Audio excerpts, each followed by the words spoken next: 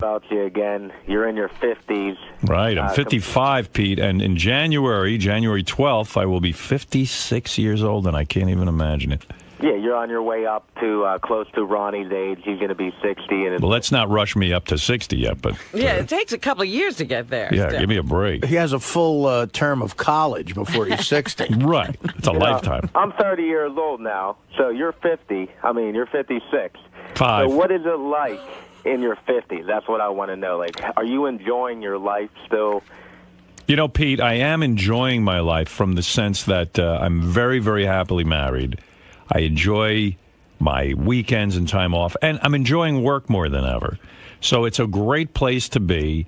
My kids are older, which is kind of nice. They're doing well. I'm happy to see that. I'm out of the woods in the sense that, you wonder when you have kids, gee, are they going to grow up to be good kids? Are they going to be normal? Are they going to give you a hard time? What kind of adults are these going to be? So I feel out of the woods. I think they're good kids. They're nice kids. And I love them. And the thing is, so that's a good place to be. I wouldn't want to go back into my 30s or 20s and start over professionally. I like where I'm at in terms of a radio performer. I know how to get behind a mic and do a show and all of that. So all that's good. Listen, I came to a conclusion a long time ago about radio specifically, that the person who doesn't grow or change is dull and remains dull and will never, ever succeed. You constantly have to evolve and change. And I don't mean just from like whether or not you play the dating game on the air. I mean your whole lifestyle, your opinions, your view of the world has to evolve, or else it's a dead issue. It's a caricature You're done at a certain point. You're acting if your life is changing, but your character isn't. And I know I get criticized. Some people love the Billy West years. Some people love the Jackie years. Some people love the Artie years. Some people love this. They love when I did the Channel 9 shows. But I've always tried to just give you me honestly, and that's the same. And this is what it is. This is what it is. And when people get tired of it, if I sense that my audience is done with me, I will leave. That will never happen.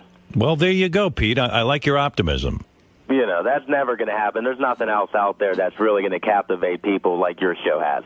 You know why I'm good on the radio, too? I was thinking about me the other day. Most of my day, I think about me. That's a surprise. You were thinking about you? 99% of the time, I think about me. And then the other 1% is the rest of you. So I was thinking about my radio career. I was reflecting on it. And it was hard not to, because everywhere in my office is a piece of memorabilia about my career. You've gotten it to the point where you can't not think about it. I fully embrace myself. I never used to, but now I do. Every award, everything is surrounding me. It's like a museum. It's a museum to me. The Hall of Howard. Hall of Howard. Radio Hall of Fame. Because believe me, what else is there? And so I was thinking about me, and the reason I'm good on the radio is A, it's a certain ability, certain talent. That's one thing you got to have. B, there's 4 things you got to have. B, what was A again? A was that you got to have a certain talent. You got to have a certain ability. B, you got to be... What is that certain ability? You didn't have it when you first started. Well, no, it's a certain sensibility about the world, a certain sense of humor, a certain understanding about how to tell a story. It was in him, though. It was in me. Yeah. I mean... Okay, well, what you're saying then is... It's your family and the way you're raised. You had I don't know what you're saying. What I'm saying is that many times I'd be sitting around my family and we had to tell a story. Yeah. My father would say to me, "Stop. It's boring." Now, these were harsh words, but they fixed you right. They fixed me. They made me nuts. They made me neurotic. It was mean, but nevertheless, they go, no, edit yourself. Most parents today listen and indulge every word a kid says. And quite frankly, they're healthier, but they're big bores. You hear some of my callers. They can't even, they do a wind-up for 15 minutes. Yeah, they can't even get into the story. They're bores because they've been overindulged and they've been told that everything they say is brilliant. So what I'm just trying to decipher here is it still is something you learned. It wasn't an innate ability. You say your parents molded you. Yes, that's true. I agree. Well, not just your parents. It's just but there also is it's like a great musician. They have a musical ability. Yes, they had to sit in their room and learn the guitar, let's say, Eddie Van Halen. But there's a certain ear they have and a certain ability to understand music. There is a talent there. Okay, so then it's 2 separate things. That's right. It is a physical sort of gift you're born with B, it's also the way you're raised. That gift could remain dormant. Like if Eddie Van Halen hadn't had certain surroundings, if he hadn't had certain influences in terms of music, it might never have emerged. He might not have felt comfortable enough to encourage that. So it's partly environmental. It's partly sort of what you're born with. A certain ability to speak. Okay, so you had a certain awareness of the world and a sensitivity and a sensibility toward information and outside events. For example, my father was in radio. Mm-hmm. He was an engineer, but I was exposed to this idea of the microphone, people speaking into it. He was also a recording engineer. He had a recording studio. So that was instrumental. That's part of it, yes. Instrumental is an okay word to use. That's fine. You know, I mean, you would not have been on the radio without that, is what you're saying. It's one of the components. That's right. Now, also... The stars aligned, Howard. It might have been from God. You have to give God a little credit once in a while. Well, yeah, that's what I call the thing that you're born with. This ability to look at the world and say, you know, gee, Mad Magazine's got the right idea. There's satire there. You have to have a sense of humor and appreciation. Sense of humor has to be cultivated by your environment, but also you have to have that ability. It's sort of an ability somewhere inside of you. Yeah, now there's another thing. Where does sense of humor come from? Well, as Pete puts it, if you believe in God, or if you believe in the universe, nature, whatever it is, or the genetic sort of soup that we come from, it's just sort of something that's there. Like Beethoven had his musical thing, and it came out early. That's how Artie made it to the point where he's at now. Well, hold on. We'll get to Artie. Artie's a whole other case. Oh, man. Artie defies. I also think it has to do with the atmosphere. It's a combination of being born with it and the atmosphere you grow up in that develops. That's correct. Now, the third component, which is essential in any success story. Now, I don't care what you apply this to. Pete, what do you want to be in life? What do I want to be in life? I'm not even sure at this point. All right, okay. Well, we were specifically talking about you. You said you were thinking about But you. here is the other... And these four things. Here is the essential component. You talked about the essential component. Here's the third thing is the essential component. And that is... I want to see who's paying attention at this point. He's making it up right now. No, I'm not. I'm going to tell you what it is. All right. It is having the ability to practice. Now, what do I mean by this? Oh, you read this in a book a few weeks ago.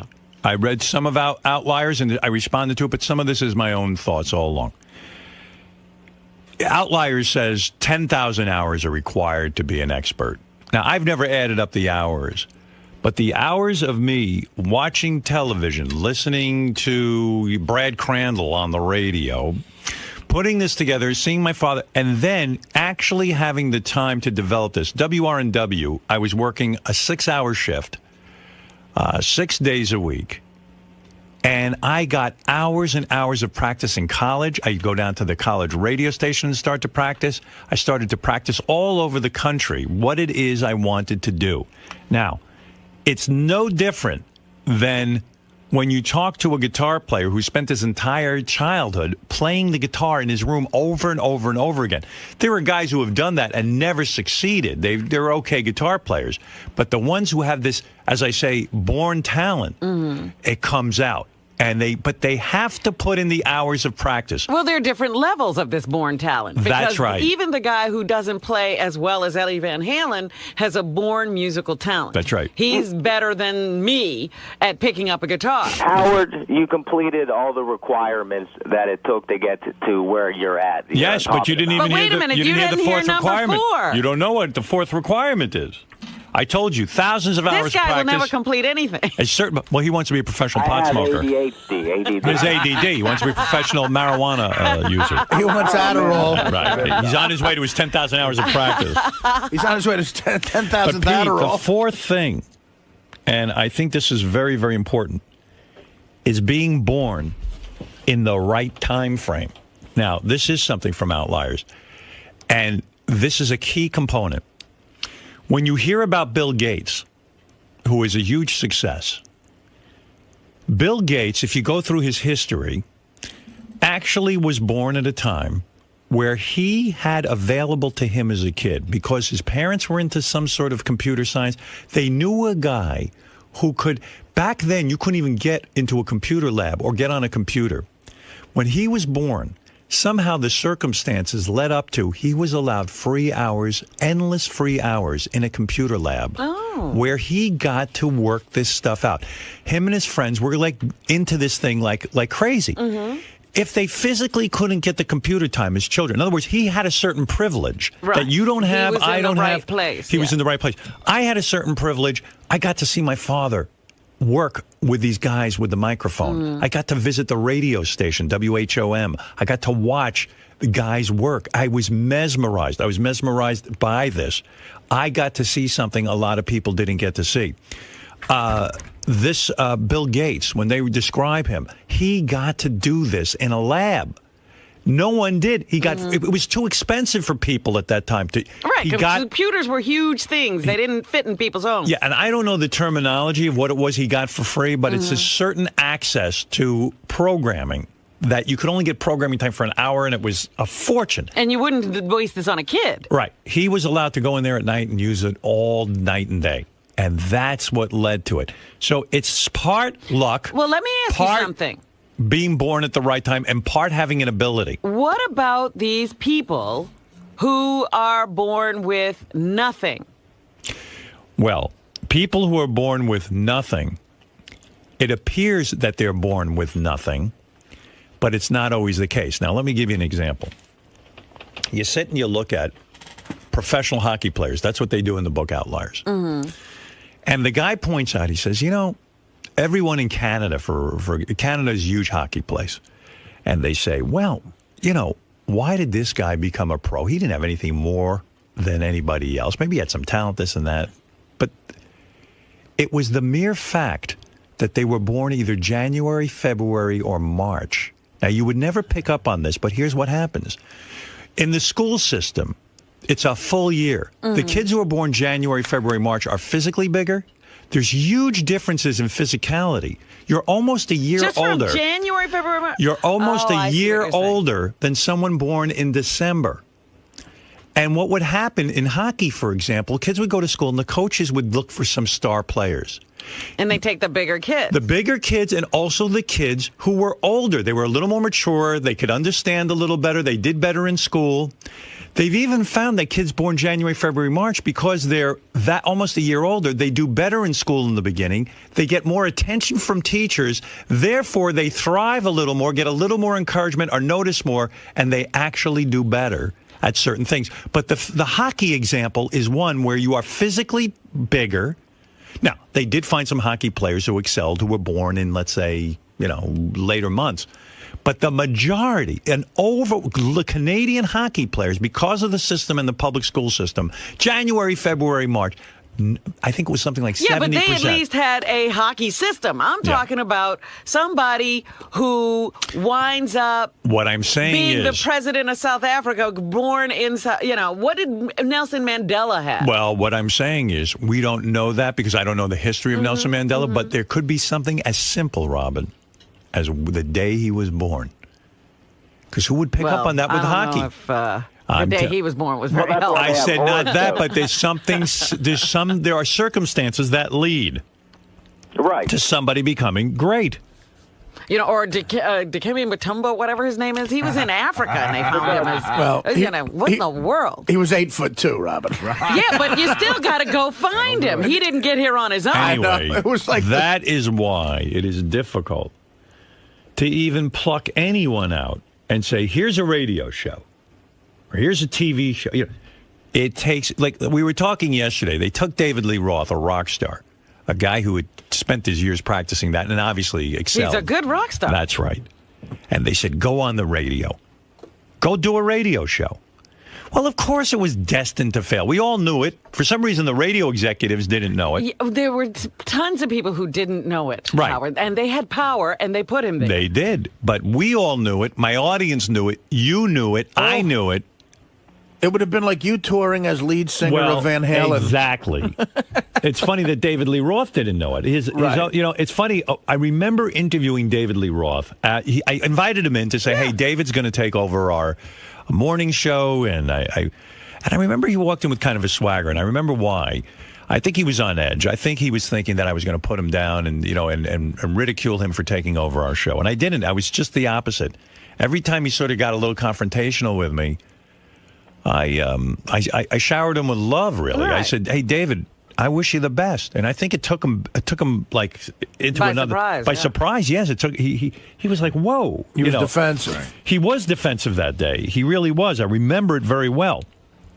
And I don't think I'm projecting that. I think he really was. Oh no, it was absolutely true. Yeah, and he, you know, and I was just, and then when I was just saying to him, hey, I really wish you the best and hope you do well. But and then he kind of in his arrogance said to me, and this is David, in typical David, he says to me, you know, man, I'm used to speaking in front of audiences as big as 300,000 people. You think this is something to me? This isn't a big deal to me. I've been doing this my whole life. And no, that's not what he said exactly. What he said was, this is the greatest opportunity for me because in a stadium, I could only speak to that many people. Right. Now I'm going to get to speak to all these millions of people. And you quietly pointed out that who said there are going to be millions for you? Yeah, and I tried to say to him that day that you don't just automatically yes, millions of people show up to see Van Halen. Yeah. This is different. This is you. You're out there. You have a microphone. It's blank space. It's a canvas. And you've got to fill it with something entertaining that your audience will find compelling. And I knew this was a daunting task. I mean, this is not something easily done. That people would show up for him talking. Right. And they'd given him a couple of practice shows in Boston, and I guess someone had heard this stuff. And really, David was not prepared.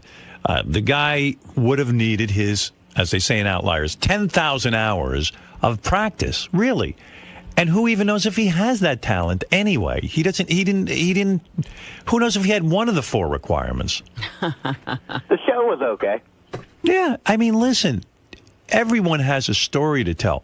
I could listen to someone on the radio and tell them what they need to do. But can they do it? That's the other thing. It's a matter of, can you actually do it? When I hear someone on the radio, I go, oh, here's how you fix that.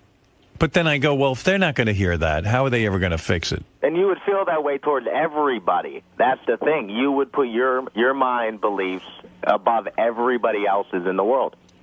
Wow. In radio, yes. In radio, I believe I'm as good as it gets.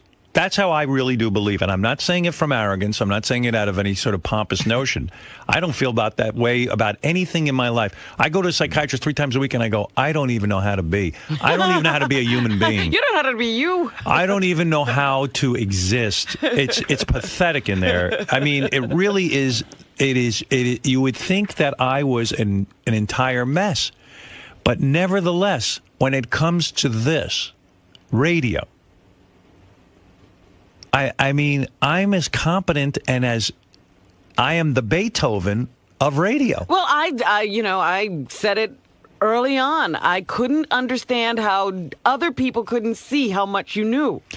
And when they were, when we first started, when we were at DC 101, and they would sit in the room and they'd start trying to tell you things, I was like, don't they realize he's the smartest person in this room?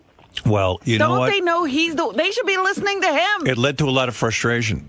It really did on my part. Oh, I'm sure. I would go home and sit there and go, why do I would visualize the whole thing, and I'd say, why don't they get this? Why don't they let me loose? I don't get it. I mean, when Pig Virus and Dom Fioravanti and they were the worst. And John Hayes. That was another one. I mean, all of them. I sat there in a room and I said, this is like it would be as if Eddie Van Halen had to get guitar lessons from me. I mean, it was ridiculous. Can you imagine people trying to tell Einstein what he should be doing? Here's what you ought to do with that brain of yours. Yeah. I mean, it was that annoying to me. And I don't have this ability at anything else. It's this. I get this. I know what to do with this. Give me a fucking microphone.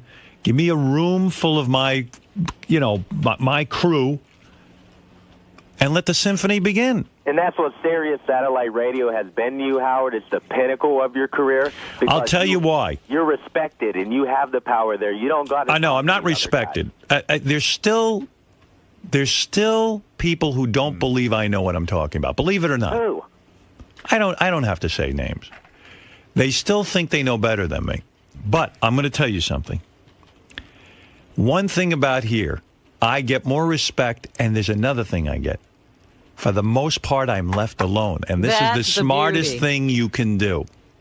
Every time certain people poke their nose into this and start to mess around with my people, and I hate to be cryptic, but when they start to mess with my people, when they start to offer them jobs, when they start to tell them how to do their job, it is as I look at them as flies who have no conception of what is going on. And I look at them and I go, how dare you question what we're... I don't even mind questioning. Questioning's good.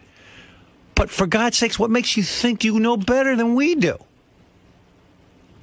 Don't come in here and inflict your pain on us. Sure, listen, I'm not above criticism. I know there are things I do that are very boring on the radio. This might be boring on the radio. But for the most part, we're able to hit some home runs out of the park. And stay around. And stay around for the party. There'll be one today. That's right. Right now, there might not be a home run, but there will be one later. I can almost guarantee it. You can't hit one every time. Right. Look, there are no slumps here. That's right. We come in to do a show. And so, the reason I flourish here is, number one, they have an understanding to leave me alone. And by leave me alone, they're smart about it. They say, listen, we think you know what you're doing. Here's a tough question. What sense does it make to not promote that you're going to come back to Sirius for no matter how long it is? So people can resubscribe, new people will join on, they're secure that you're going to be there. And we know you know this already. I don't know what you're saying. What I'm saying is, why wouldn't you tell everybody, ladies and gentlemen, I'm going to be around here. The radio show is going to continue. Because I don't know that that's true. And I'm not going to lie to my audience. He's claiming you know this already. No, I don't know. I had a conversation. I had 5 conversations this weekend with my agent. Mm-hmm. 5? About this, yeah. Because he claims I'm unavailable to talk to him. I go, it's just the opposite, Don. He's the one that's not in the office on Friday and Monday. Oh, my God. You can't find him. I said, listen, I call you as soon as you call me. So we made an appointment to talk, and we got into some really good conversation. And we had like 5 conversations about this very topic. Mm-hmm. And I do know what I want to do. I do know, Pete. Yeah. But I don't know that Sirius is going to go for it. You know what? If Sirius and I sat down in an easy way and sat down and said, here, let's continue on, it would never be that easy, because there are things that I would like to be able to do, mm-hmm. and there are things that I want to go and do, and I don't know that they're going to go for it. I have something in my mind where perhaps we could continue here. They have to go for it. They don't have to do anything. They don't have to do anything. Listen. You created them. No. Look. I did not. It was here before. Granted, no. I think they would have gone. I think Sirius would have been out of business had we not gone. Look, he created a lot of things in radio. Right. And they let him go. Right. And we see what happens when they let me go. Well, they let you go, but they still let you go. But they do. Listen, I don't know, Pete, if it'll make sense to the company. And I am a loyal supporter of this company. I love this company. I think satellite radio must stay around. I think it's terrific. And I think it's only going to get better. But the fact of the matter is, and by the way, someone said to me, you know how you say amazing on the radio? Mm-hmm. I say the fact of the matter is way too much. I was criticized for that. Oh, dear. But the fact of the matter is that we could possibly be around some more here. But who knows? Pete, if I had the answer and I could tell you, I would give it to you. Waiting for it. I don't know that it's going to be so easy to bang out a deal. Man. I don't know. I'll tell you why this show is successful. The fact of the matter is Robin's amazing. Well, that's right. That's right. You want to know something? And I'm going to take credit for Robin. Full credit. Full credit. because you didn't give birth to me. Give somebody everything something. but let me tell you something. My ability to recognize Robin's greatness is what we're talking about. And your here. chemistry, absolutely. That's right. Well, I recognize the chemistry. Let me take credit for that. Okay. Yeah, Robin. Actually, I take credit for recognizing his genius. That's right. her heart might be broke. What? Just not No. being around Howard every day. That's going to break your heart. That No, would I break mean, her some heart. people may not realize I was not going to take the job they were offering me until they played a tape of him. And then I said, I'm taking the job just to meet him because Yeah, he's that's incredible. True. That's true. And that's when you started wanting him sexually. That was it. How many years have you been pining away from me? Man. By the way, nobody's taking credit for Benji's contribution. Oh, jeez. No, but that's just the point. Artie being a part of the show, Fred, Benji. These are people that I've chosen to work with, and they've chosen to work with me. And these are all good people, and that's part of it, too. You can't just have some schlubs. Yeah, don't worry about that, Mo. That's not your responsibility. I do, as a matter of fact. Or the fact of the matter is... That's amazing. That's right. You've done enough for them. I have several lucrative offers. I could be on The Real Housewives of Orange County as a fake husband. There you go. Fred has a lot of money saved. Who knows what Fred's up to? No one knows with Fred. How you doing over there, Fred? I'm doing fine, Let's get thank off you. of this topic and move on to something. How actually, are you? I think Is it's it pretty time to good check in with Fred? that you talk about. I think people should be fascinated about what it takes to become a guy at the top. That's right. But not everybody has the ability, so why listen? I don't know. Maybe They'll just be someone disappointed in Maybe themselves. someone will be inspired because you're right. Not everybody can do what you do. Practice. But practice doesn't do it No, for everyone. I told you that's only one component. But I Right. think you also have to love it. I mean, there's one thing that when you hear Howard speak about radio, you hear a passion in his voice. I don't love it.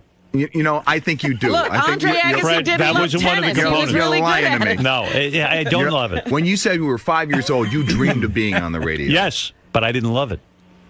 There was a lot of pressure in my life. I didn't love it. And that's part of it, but too. You must love it because in spite of that pressure, you People come who are here great- every day, you did what you did. No. Well, if he says he doesn't love it, why are you arguing He with wants him? to Because I don't Argument. think he's aware of it. I don't think he's aware of his love for radio. Do I love radio? Hold on, let me find No.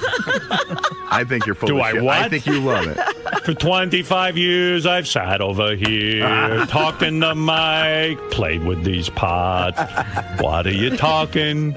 I'm here every day. But do you love radio? Do I what? Do you love radio? For 30 years, I write the bits. 30 years. Lay in bed and think of shit to say. Get up in the morning, eat I my get the egg boss. whites. Yeah. Talk to Benji and Fred. Do I love it? Do I love radio?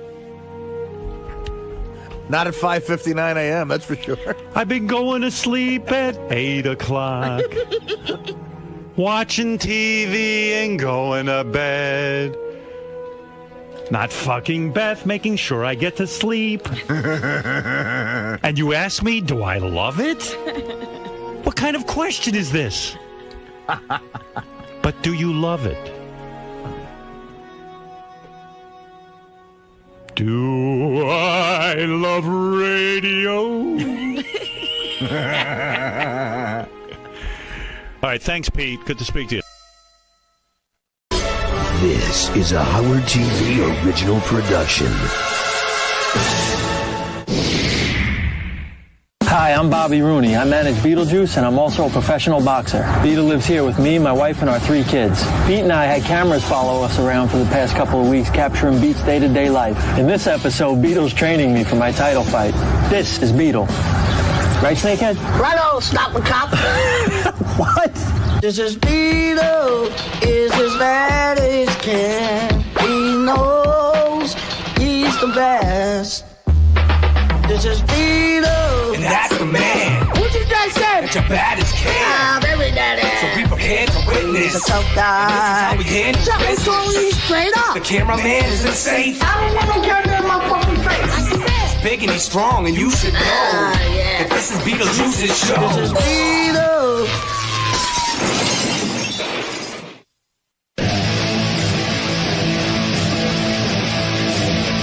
B, come on, let's go. You ready? I started boxing when I was 15 years old, but since I hooked up with Beetlejuice, my career has just taken off. Come on, man, what the hell? Well, yes, here we go. Beat's been training me for about 3 years now. Usually what we do is we set the alarm for about 6 a.m. He'll decide to stretch me. Hold it right there. He always tells me I have to stretch my balls. Stretch your nuts. You don't have a nuts. You're not going to stretch my nuts for me? Stretching your nuts. What do you mean when you say stretch my balls? You really want me to pull it? Oh, when you stretch your balls, you stretch your balls. What else you got to do? For what, though? What does it do for my... It helps you when you stretch your nuts. What kind of trainer are you, man? I'm a fuck nut. Pete, do you have to smoke every time we run? I don't think so. Pete, why do you have to smoke when I'm training? You know that's not good for my lungs, for my stamina? I can't smoke and it's not even lick, you dick. You think that's good for me? No. Inhale that smoke? Is it good for my lungs? It's not good for you. It's not good for my stamina? It's not good for your stamina. It's a big fight coming up, Pete. Oh, yeah. It's the big one, man. Every time I ask him who my next opponent is, he gives me a different name. He told me I'm fighting Mike Tyson last week. He told me I was fighting Tommy Hearns. Oh, you probably know. You never know. He told me Ricky Styles, whoever that is. I never even heard of him. Any person you can fight with, it doesn't matter. By the way, do you have me an opponent yet? Yeah. Who am I fighting? You fighting Tony to Tony. Who? Ray to Ray. It seems like he thinks that insulting me and belittling me helps me. Run, you fucking bastard! You fucking filthy bastard! Run! When he insults me while I'm running and tells me, "Let's go, you cocksucker, pick up the pace," I think that really gives me the fire. Real quick. Run, you shitty bastard! You have to abuse me every time we run. Hell yeah, you fucking bastard! You ready? You ready? I'm ready. You got your seatbelt on? I got it on, brother. There we go.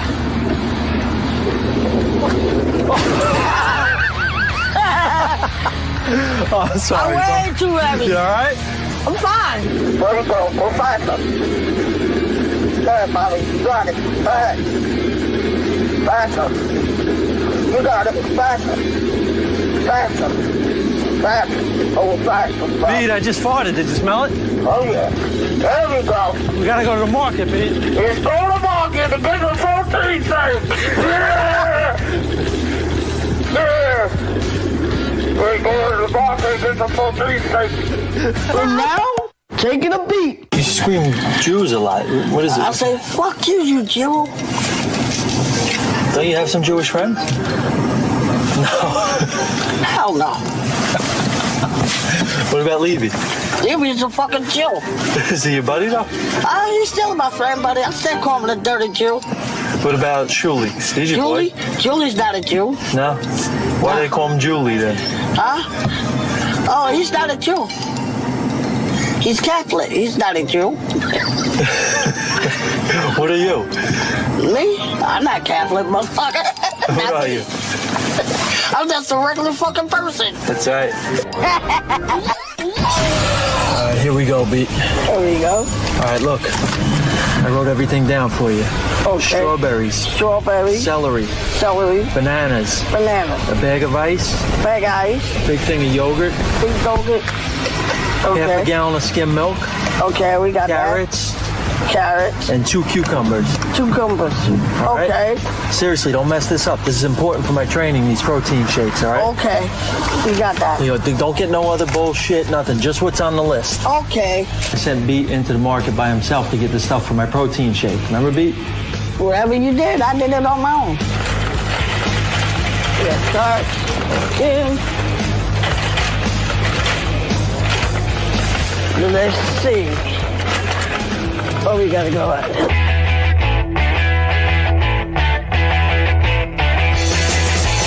This is good. Bananas.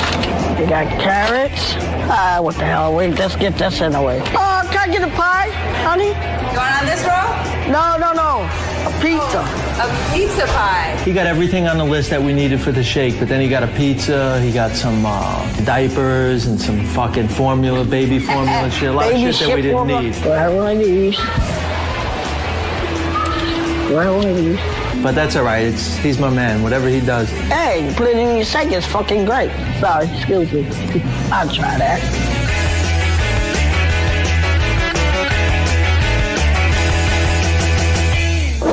Hi, how are you today? How you doing? There you go.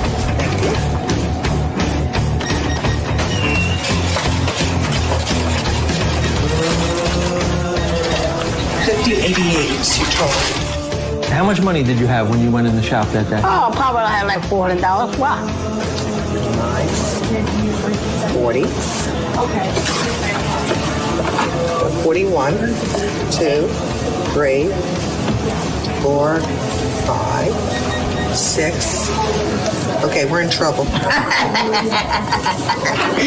No, I ain't got to be for the hell with it. All right. We all set? We all set. How'd you do? You got everything? I got everything. What the hell is it?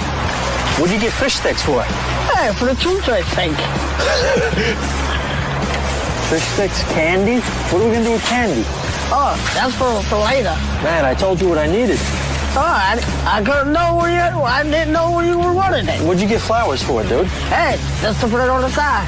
The side of what? You can't put this in the shakes. Hey, it's all things thing. You're killing me, bro. Come on.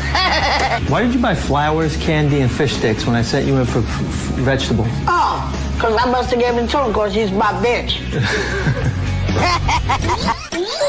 Ready, Beat? We're gonna make some protein shakes right now. Beat makes me a real healthy shake. He puts nothing but real healthy ingredients in it. What do you usually put in my shakes? You can put peanut butter, steak, ice cream, whatever the fuck you want to put in. Dog shit.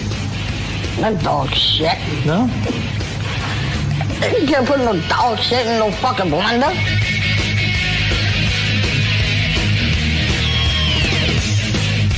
What else can we put in there? Seems like something's missing. Missing. Now, let's see. What's missing? When he was making my protein shake for my fight, he pulled out a bottle of vodka. I was like, hey, B, what the fuck? Remember? Hey, because I took a fucking drink, that's why. Ooh, that's a nice cold ride. So what are you doing with that? What are we going to do with that? We're going to put it in there.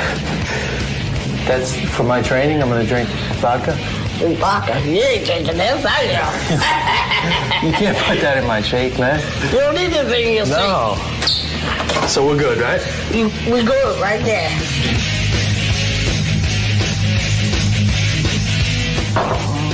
That's good.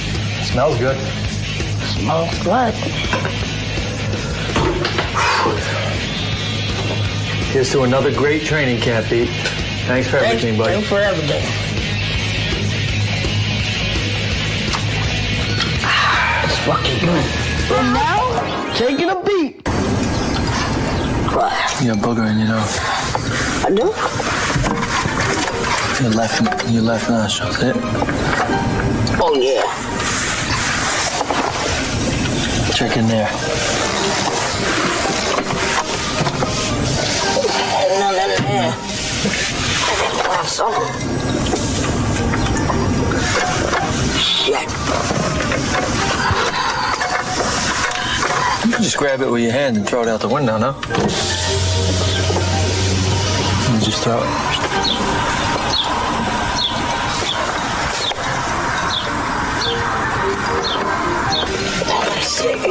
There's it. Let me check it out.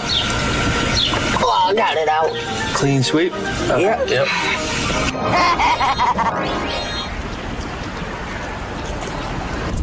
Come on, we gotta go to the gym. Hurry up. Come on, let's go to the gym, huh? Do you have my opponent's name, Beat? You know the guy's name that I'm fighting? You fighting that Polish guy, right? I don't know. What's his name? I think his name,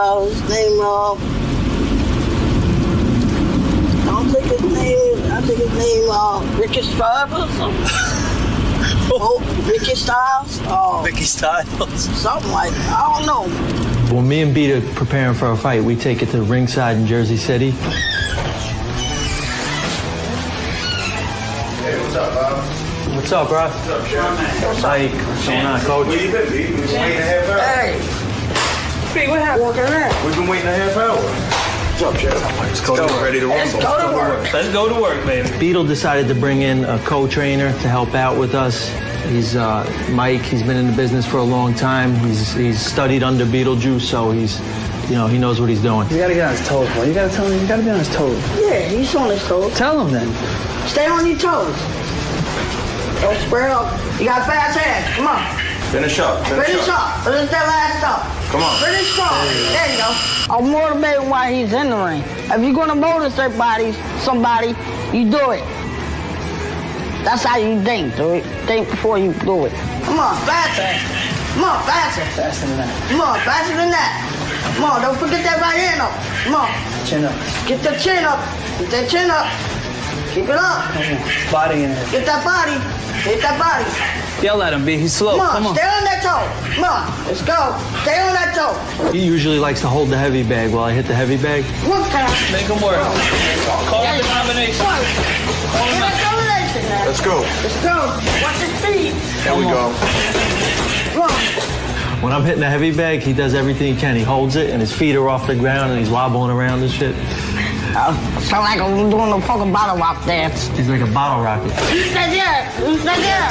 There you go. There you go. Come on. Hold that down. Hold the bag still. Come Hold on. it tight, Hold Pete. it still. This guy's Come on. 120 pounds. Come on. I got it. Don't worry. Come on. Don't worry, I Put the got hook it. behind Hold that. it tight, Pete. That's it. Now go to the body. Switch to the Go body. to the body. Come on. Come on. Keep it up. Push him.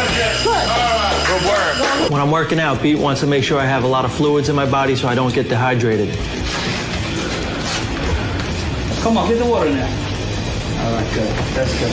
If you box, you gotta stay hydrated. That's how it goes, man. Back up. Double jab right here. Left hook right here. Is that good? That's good. One more time. Don't forget that right hand. Double jab. Dig to the body. Dig to the body. Yeah. Go to the body first. You know how we got that? There we go. Come on. One more time. There we go. There we go. Come on, Jeff. 10 seconds. Finish up. Come on. 10 seconds, bro. Come on. Come on, Jeff. 10 seconds. There we go. There you go. And now, taking a beat. There's the graveyard. You ever going there? Oh, Want to go in there now? no. Come on, let's go in the graveyard. What are you, crazy? Why not? I'm going to go around. I'm going to pull in. No, I ain't going in there.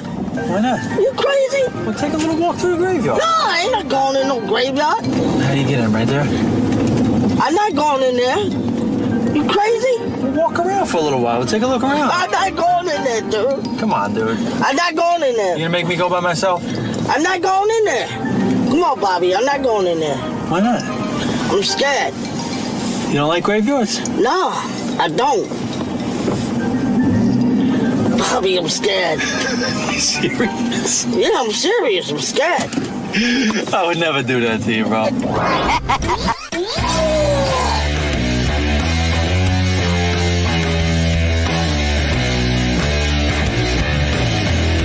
Hey, B, why were you late for my fight last time? I was looking everywhere for you. Everywhere? I was downstairs. I don't know where y'all guys was.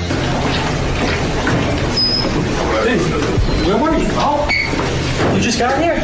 Yeah, I just got here in 5 minutes. Looking for you, dude. I just got here in 5 minutes. Where'd you go? Huh? Where were you? I was at work all day. At work. Yeah. He's a cop now. 2 days already. After office. Don't go nowhere and don't drink, right? Until after the fight, no drink. I ain't gonna. You gotta take a shit. Get the fuck out of here. He's gotta drop the juice. Did you stop for a couple drinks? Is that why you were late? Probably. Shot in the fire. Shot in the beer? That's the way you gotta train, motherfucker. You know that. Fuck that. He drank a little. You didn't have anything to drink. No, I didn't have my phone. It was seltzer. No. I had seltzer water. Seltzer water. I had seltzer water. I can smell it. Yeah, seltzer. What? It's only seltzer water. It's it. Seltzer water. I can smell What? it. Women drink that, right? I can smell the seltzer. Come on. It's only seltzer water. Seltzer water. On fight night, Beat really gets real intense and emotional with me in the locker room. He tells me listen to him, to shut everybody out. Don't listen to anybody else. Just listen to him. And he's with me. He's behind me 100%. I said, I love you. You can't lose. Once you know we get in the ring, we gotta do this. Don't worry about what I'm saying. Just do what I tell you. When you do that uppercut, just do that. When I get in the ring, when I tell you something, you do it. Always. You gotta do what I tell you. I don't care what nobody else says. Just do what I tell you. Focus on it. Keep your mind on it. Do what you gotta do. Do what you gotta do. When you get in that ring, make sure when I tell you, do what I tell you. Do what I tell you. That's the main thing in your head. Do what I tell you.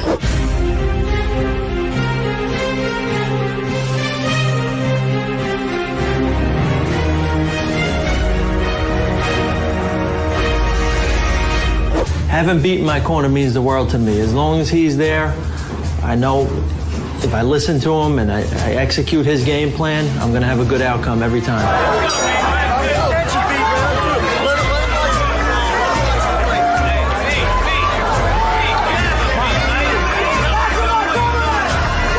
When I get in the ring, when I tell you something, you do it. Shut that down! Shut that down!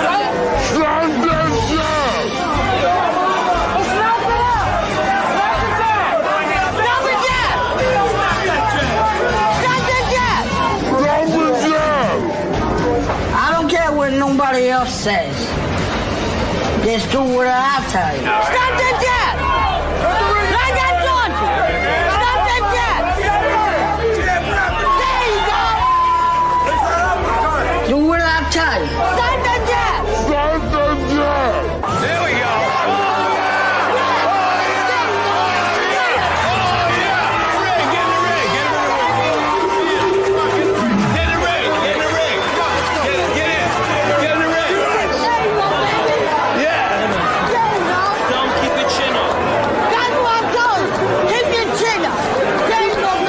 This last fight, it was definitely for Beetle. I dedicated it to him. You know, with him at my side, I know I'm going to win. Who's the man? Pete, I just want to thank you for getting me that victory. I couldn't have done it without you. Thank you. Now, is it all right if I use this little fucking head as a speed bag? Oh. Come on. It wouldn't use it, Let's but go, it bro. won't help you. It won't dare fucking help you, scumbag.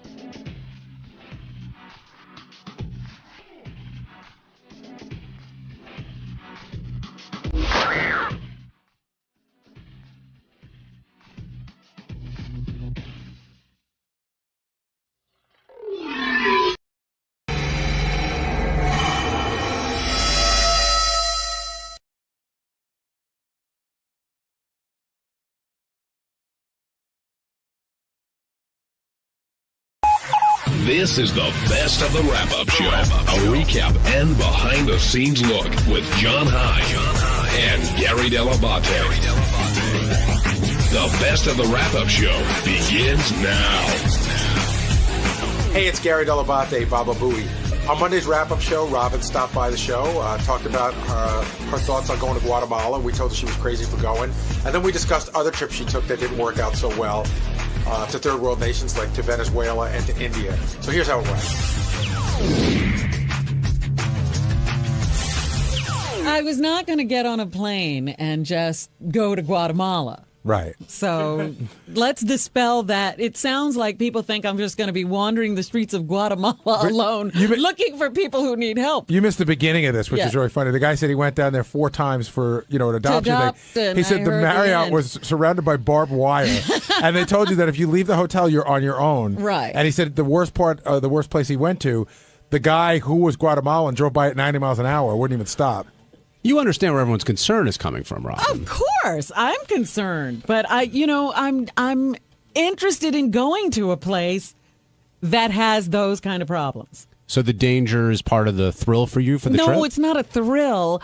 You know, sometimes unless you've actually seen or experienced something, you really can't convey the need, and that's what I'm looking for. So you feel like you have to be there to really express. Yeah, I have to see it firsthand. So who are you dealing with? An organization, a charity of some sort that's going to facilitate yes, this trip? it's called the United Nations Foundation. Okay. I wasn't sure. So you spoke, but you've already spoken to them, and they've told you that they've given you an idea of what you'd be doing and how safe it'll be.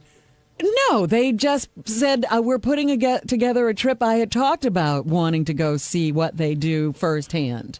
Right. And they said, we're putting together a trip to Guatemala. I had originally said, because they do a lot of work in Africa, too. And I had said to you guys that I have an interest in doing that. And they said, well, the next trip we're organizing is to Guatemala. Maybe, I know it's not Africa, but maybe you could do that one. What about the rough parts of Hawaii? They didn't have any trips. Well, Robin, I was saying that I actually identify with you on this because when I was going to Afghanistan, I was getting the whole, you're crazy to go, this and that. I remember and all that. Stuff. You might have been doing it. And, no, I was not one of the ones who said, you're a father, you shouldn't go. I might have to get tape of that. But I will tell you that I spoke to the people at the USO, and it was great because they said, listen, we have to, there's always this, there's always that. But they said, the thing that made me feel really good, they said, in the history of the USO, no one's ever died. Mm-hmm. Then I said that on the air, and then people told me, Glenn Miller died.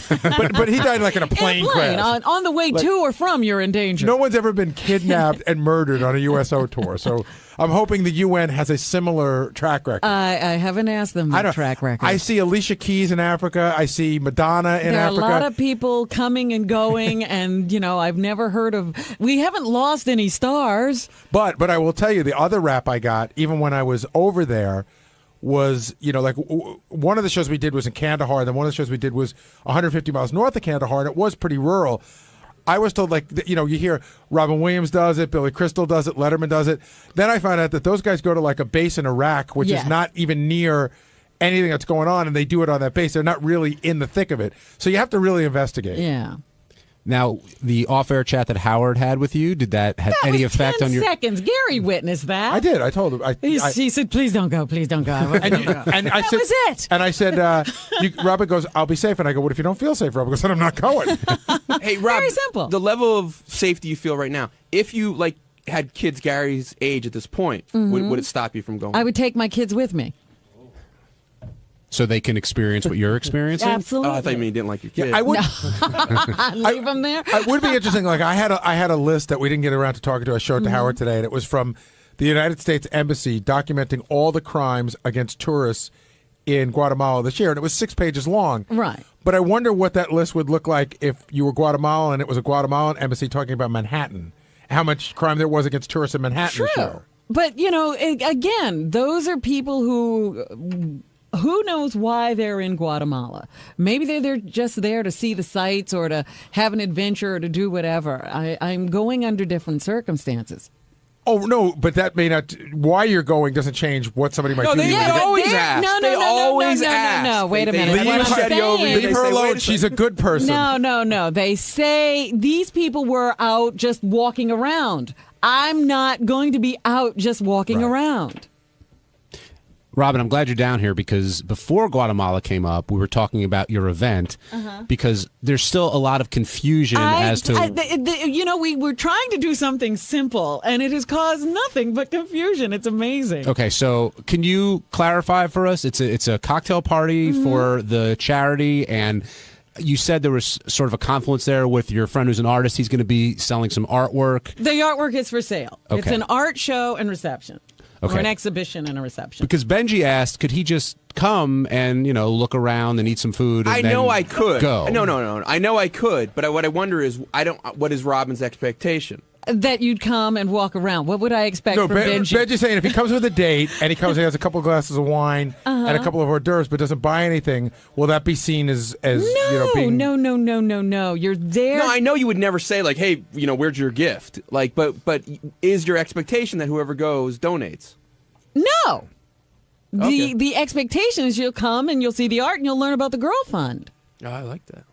Now, what about all these implications that you're involved somehow with this artist? That's it. I'm out of here. I do enough of that on the show. I will tell you one thing. John asked me if I thought there was something going on, and I said there was. I can't point to anything. But we went to a charity event a week ago, and I sat next to your new best friend, Ross's wife, Melissa. And I tried to squeeze information out of her. She's either nothing's going on or she's an amazing actress. Because she goes, oh my gosh, no, and I don't know. She seemed pretty credible, but that makes me believe it even less. Well, you guys continue to speculate, and I have to go. Is there any work chance on this event? It's her son, like secretly? That guy's Robin's son? Yeah. The math is there. He's 39. He's not 39. 39? I think he said he was 39. How old is he? He's like 28. I don't know his age. But Robin, one thing you did... It was 29. 39 seems old. I'll move off this topic. But one thing you did say, you said you have a burning desire to save the world. And I thought you were saying it in part tongue-in-cheek, but in part seriously. Like you want to have that kind of effect. What other things do you want to do that you haven't done? Let's take it one at a time. This is a big deal, to actually, try to get to one of these developing countries and see what's happening. That's just a first attempt at education to find out what the problems are, what the needs are on a first-hand basis. Because some of the trips you've gone on in the past, granted they weren't for this purpose, but Gary brought up issues you had in India or wherever else. But that was a pleasure trip. Yeah, but you had no pleasure. No, because I couldn't get to the people who actually know how to get pleasure out of it. I remember some discussion about you just being you were like, I think you tried to get out of there almost the second you got there. I think it took you 3 days to leave. Well, here's what happened. Again, I was supposed to go. There was one plane a day to the place I was supposed to go to. And because I was delayed by a day because of equipment problems in England, I didn't get there on the day I was supposed to make that plane. Right. Every other day, that plane was booked solid. And so I had to go to the airport and see if somebody just didn't show up. For 4 days in a row, I did that. And my friends had to move on. They weren't staying in that one spot. So it would have meant staying 2 weeks where I was in the city of New Delhi or leaving. But I chose to leave. And how did you feel about New Delhi? That is not a place. I've told stories. I actually saw a man kick another man. A taxi driver took me. Every night I changed hotels because I was trying to find a decent hotel. And the last time I said, let me just go to a hotel with an American name. So I booked myself into the Hilton. And this cab came to get me. And it was almost like a cart with a lawnmower motor in it. And, the guy took me to a gas station and said, I need gas. I was like, oh, this is how he's gonna get money out of me. He's going to ask me. Wait, you had to gas up the car to get to where you were going? I need a transmission. I need a kidney. Right. So I paid for the gas, and then he drove me to the hotel, and I get out of the hotel, and there's a guy with, one of those Indian headdresses on and a red suit, and a beard standing at the door. And, he's getting my bags and everything, and he's taking it out. And then I'm going to go pay the cab driver. And I wanted to give him every dollar I had in my pocket. And so I'm just peeling off this Indian currency. And the doorman grabbed the money out of my hand and said, no. And he took a couple of dollars and he threw them at the guy. And the guy started to argue with him, but she wanted to give me. And he just kicked him and said, get out of here. Hey, what's up? This is Will. And on Tuesday's wrap-up show, Medicated Pete came down to talk about the dating game that he was just in. We offered him a little bit of advice on, how to work it with a woman. God knows he needs it. Check it out. Dave in Pennsylvania, you're on the wrap-up show. Hey guys, how we doing? I'm a huge fan. Hey Dave. I thought sure Medicated Pete was going to pick the older girl there that had been put in jail. Chris. Chris, yes. But then after the outcome, and he picked the girl in the wheelchair there. Was he intimidated by her because she was in jail, or intimidated because of her age? He didn't seem to be bothered by anything. No. I mean, he seemed to say, I had a genuine connection with Dinah, and that's why I chose her. Then why does everybody think that Chris would have been the one? I mean, the caller saying it, you guys said it. I thought that he liked her as well. I thought she was the easiest one to bang. The middle one. Yes. Yeah, Chris. Yeah. Yeah, Howard used to say this a lot. He doesn't say it as much anymore, but this was even before I worked here. He used to always say, find a real fat girl with a pretty face, and then work her way down. Then she'll be like loyal to you forever. But what happens if she works her way up? Well, And I think Artie said she'll lose the weight, and then she'll lose Pete and go for Jared. I couldn't tell if that would be quite a jump. Well, how much weight do you think she's losing? I don't know. But Dave, so you were surprised when Dinah ended up being the choice? Yeah. Actually, I was. I thought I thought Sherry was going to go with Chris. She was closer to his age. Yes, she was a little bit heavier, but she said she was going to lose all that weight. I thought Sherry was going to pick her. All right. Well, Pete keeps everybody guessing, and if you missed it, here's when Pete makes that decision and takes the drama and cranks it up a couple of notches. It has come out now. And I'm set to reveal my choice. This guy's good. See how he drags it out? Who I am great. Going to be potentially seeing for a while. Are you dragging it out because you're having doubts, or are you dragging it out for a drama? It's the drama. Drama, good, okay. This is as long as the relationship. It's the ratings, Yeah. Ladies and gentlemen, I give the rose to Dinah, you were contestant number 1. You're in a wheelchair. Dinah just wheeled out of here. I'm sorry. She left. By the way, I think in that clip, he sounds like Christopher Walken. He's like, by the way, I give the rose to Dinah. Pete, definitely living in the moment, and I mean, physically gives a rose to Dinah in her wheelchair, and Dinah was happy to win. The next question has to be, what's going to happen on this date? How do you think this is going to go, Will? I don't like the way it's sounding already. Even listening to that clip, he just sounds like, he's ready for marriage. And that's going to freak a girl out right away. She seems pretty normal, like she's had a relationship with guys before. He hasn't had a lot of experience with women, so it's kind of showing, and I worry that it's just going to freak her out. Gary, where do you see this headed? It's too soon to tell. I mean, it's going to be. Listen, they're going to go out today. There's going to be cameras on them. It's going to be very difficult. She seemed to genuinely like him, but how much she likes him, we're going to find out. But we'll know more. The thing is, I thought she's pretty genuine. So we're going to get a recap tomorrow, and I think she'll be pretty upfront about what she thinks. Benji? I think she'll say he's a nice, sweet guy. We had a great time, and maybe we'll see each other again. But unfortunately, I don't see it. She lives in Philadelphia. I don't. I think they'll have a nice time. You know what's going to happen, because I've seen this go down before. What's today? Today's Tuesday? Mm-hmm. Like Thursday afternoon, Pete's like, can you give me the Heavy Chick's phone number? Well, Medicated Pete now joining us here on the wrap-up show. And Pete, a lot of people thought you were going to take Chris, yet you said that there was a connection that you felt with Dinah. Can you describe that connection that you guys had? Well, I think I felt off the bat that we had a connection with this disability thing. So we had something to relate to, So it's something to talk about, So we're not on like uncommon ground, you know what I mean? And you were pretty fired up this morning for this contest, no? Yeah, I was. I still am. Yeah? Yeah. What was the little person's name? Lila. Lila. Was Lila you picked? Was Lila ever in the mix? Something, though. I have to say something. Say it. What would you like to say, Pete? I was a little. I honestly, I was a little intimidated by the other two. Really? Why did Lila intimidate you, the smaller person, and then why did Chris intimidate you, who was the larger person? I actually. I actually thought that they were coming on to me a little bit too much. They put too much pressure on me. How so? I just felt that I just got a bad vibe from them. They just can't. I think they wanted me to pick them, so I kind of had a lot of added pressure that way. But all of them wanted you to pick them.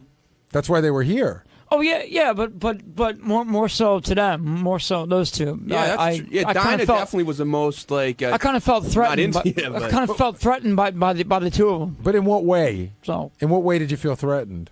Just like you know, like I said before, they almost wanted me to like pick them, so I was like on the spot with them a little bit, you know. Well, Gary, and with Dinah, she was more reserved, like more just like sitting back, you know. Chris and Lila were trying too hard, almost. Would you say? Like, were they coming on to you too strong? I'm trying to understand what you mean by intimidating you. They were trying too hard. Like they were in it to win the game. They weren't there for you. You almost felt like. No, they were. It seems like they were too competitive. You know. Like they wanted to win the game, and then it wasn't about you. Yeah, like I don't.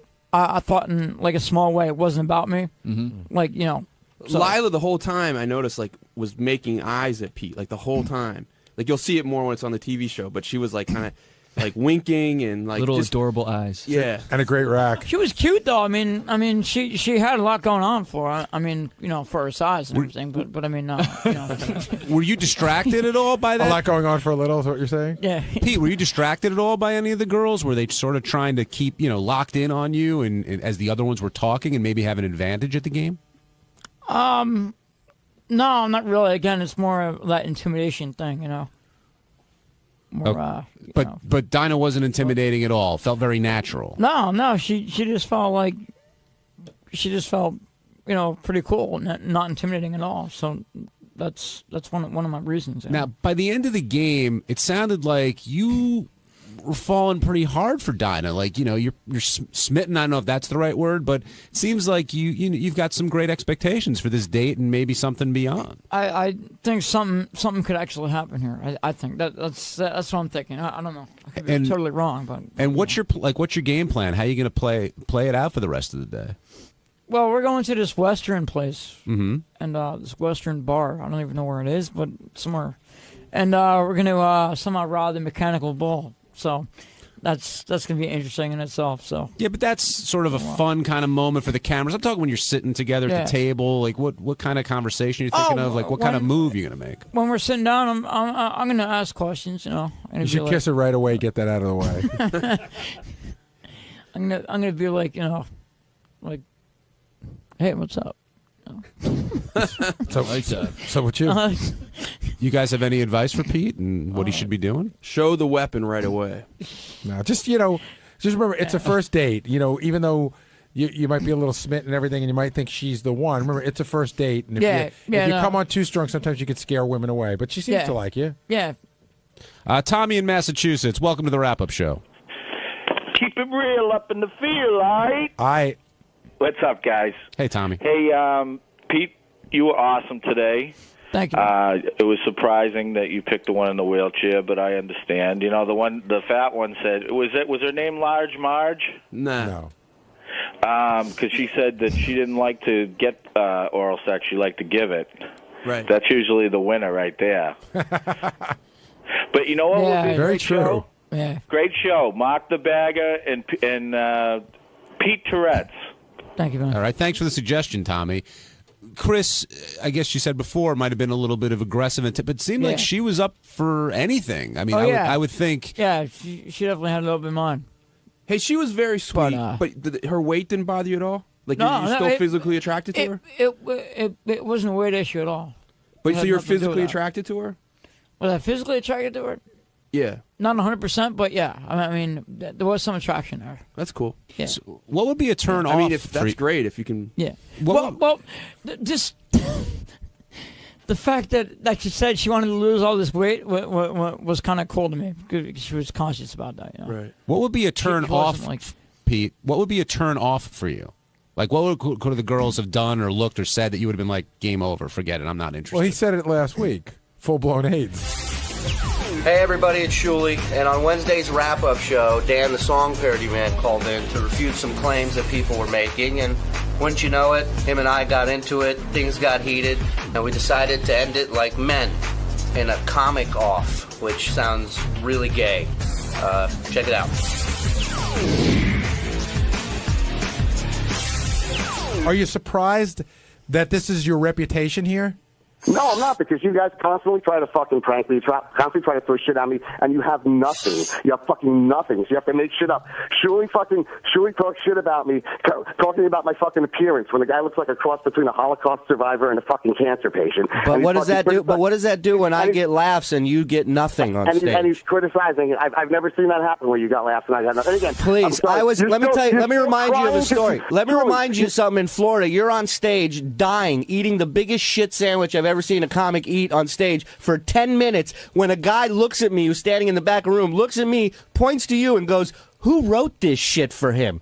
And I told him, "You wrote this shit for you." That's the shit you present on stage. I would doubt that there's a fucking writer out there that would be proud to say, "I gave Dan that material." Surely. I understand that you're a comic and you've been doing it for over 10 years, and I know that 'cause I've seen you do the exact same set for those entire 10 years without changing it up, except for maybe adding like an Elliot Offman impersonation and shit like that. And I'm sorry that you said, I didn't mean to say that you're a bad comedian when I said lack of material. I meant that you had a slow news day, so you ran a bullshit news story on me. And if you're offended about that, then fuck you, man. I thought we were friends. When you fucking first came to New York with no money in your pocket and J-Rock didn't fucking reserve the hotel for you, I fucking bought your fucking hotel room for you until I got You got my career started, and I thank you for that, Dan. I really do. No, you didn't get my... I didn't get... Well, then what the fuck are you taking credit for? What are you taking credit for? I came out here because I was booked on the Stern Show, not to fucking room with you in an apartment that you're not even paying for.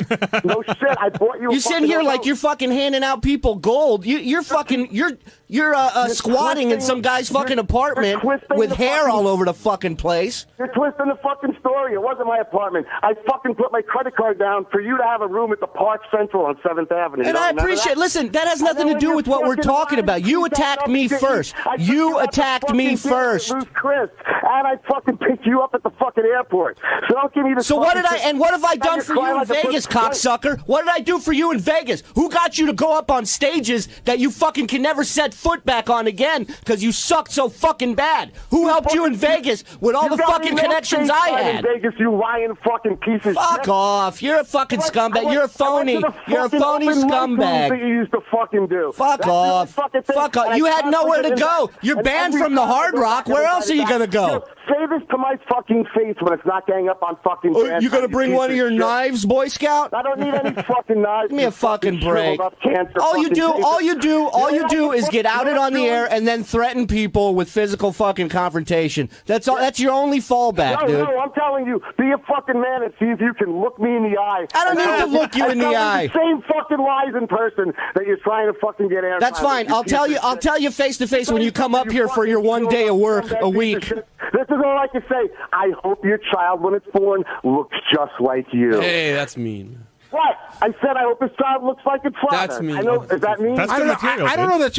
Is that to? Well, Dan, is that to imply that Shuli's? Dan, stop talking for a second. Day one, and I've even fucking sat around and allowed you to fucking run bullshit on me when you have a fucking slow news day, and then you again with this slow fucking news day. The host of the show and numerous people told me not only did you take one gift bag, asshole, you took more than one, and I didn't even mention that on the air today. No, you're totally full of shit, and you're fucking. Everybody's full of shit but you. Everybody's full of shit but you, right? Yeah, absolutely. Right. You have it. You're never wrong. You can never take a step back and say, you know what? Maybe I was out of line there, right? We're all the fucking scumbag, lion, rat assholes, right? Somebody handed me something, okay? You guys are constantly trying to fucking set me up for shit. But when I fucking see you, you won't look me in the eye and tell the same fucking lies because you can fucking do it over the airways, but you can't do it to And my what are you fucking going to face. do? What are you going to do when you see me? You threatening me? You're going to come and punch me? You're going to come and fight me? No, I want to see if you're capable of fucking telling the same lies while looking me in the face and showing the same anger and animosity towards me while looking me in the face. Because it's easier to lie to somebody or lie about somebody when you're not looking them in the eye. But Dan, here's a newsflash for you. I'm not lying about what I'm saying. I'm just telling you what the fuck went down, what I was a witness to, and what numerous people were a witness to. And I was in the fucking studio, jerk off. I was there. I saw the bags lined up against the fucking wall, and I watched you fucking walk off with one. No, you watched.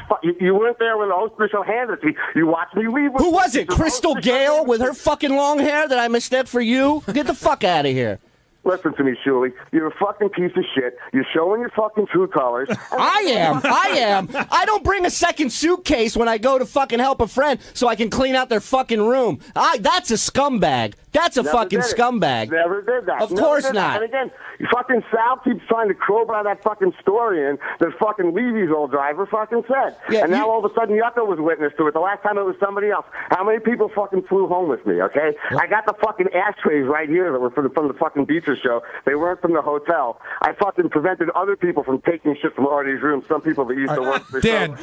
Dan, hold on a second. Do you think that there's a concerted effort by everyone on the show against you, or do you think that it's just, you're just another guy, it's part and parcel to be part of the show, that everybody throws everybody under the bus?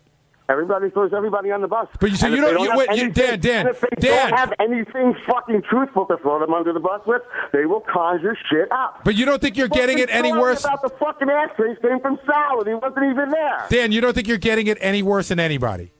What? No. I think everybody gets it. But you know what? I'm not a fucking pussy. I'll stand up for myself. Hey, Dan, I know you said everyone's. Let me tell you some good words to live by. Don't ever start shit with anybody, but don't ever take shit from anybody. I don't start shit with anybody. What fortune cookie did you read that in? It's fucking game on. That it's game fucking on. Hey, Dan, I was just wondering, because you said everyone's making up this shit. So, like, when the news wanted to do a story on you, like Owen Artie $15,000, and you didn't want that story to run, and you got all angry, is that made up? And or you that threatened Langford? Yeah, you threatened Langford. And No, I didn't. No, I didn't threaten Langford. I Yes, told him you that did. It was very detrimental for him to run the fucking story. Hey, and he chose to do it anyway. Listen, Jason, you're the fucking bitch boy of the office. You're Yeah, a I little know, Dan. you're a little fucking man cunt pussy. Even back at fucking K-Rock, you were always the gossip girl that would fucking IM people in the other fucking offices about what It's was weird. I have a going on. job here, Dan. Fucking rat on people. What's that? I have a job here. I'm here, 5 days a week. So I Yeah, can't be okay. that much of a bitch. It gives you more time. You to tried be out for a fucking job here and whiny couldn't beat Yucko the Clown. Gary, when did Dan become like Scott Salem? Everybody's kicking the guy when he's down. Listen, I've heard these stories from people. That's what weak people do. That's what people with nothing better to do. That's what people with lower self-esteem do if they want to feel better about themselves. That's why you don't see me ever jump out and fucking dogpile on people and shit on people. 'Cause I got fucking no problem with it. I got no problem with it. You guys are a bunch of fucking pussies. Anybody that's going to talk shit and fucking gang up on somebody, the gang mentality is for fucking weaklings. But You can't fucking function unless you're in a gang. you could make You've the never fucking Dan. Hold on, I'm touched me talking. with my face. You could make the argument that in your own way, you gang up on people because if this wasn't about you, you'd have a song parody ready about it for tomorrow morning. And I know while that's your job, that's also your way of ganging up. That's not ganging up. That's not ganging up individually. It's a group of people attacking. And I have no problems. I can defend myself in a group of people attacking, okay? Whether it's fucking physical or verbal. I don't give a fuck. Wait, Dan, I got an issue with that. So you're saying making a song parody about, let's say, Gary's teeth or Sal's wife's emotional friend or whatever. You don't think that's part of jumping in because it's an individual effort? No, Gary's teeth is a fixture on the fucking show, okay?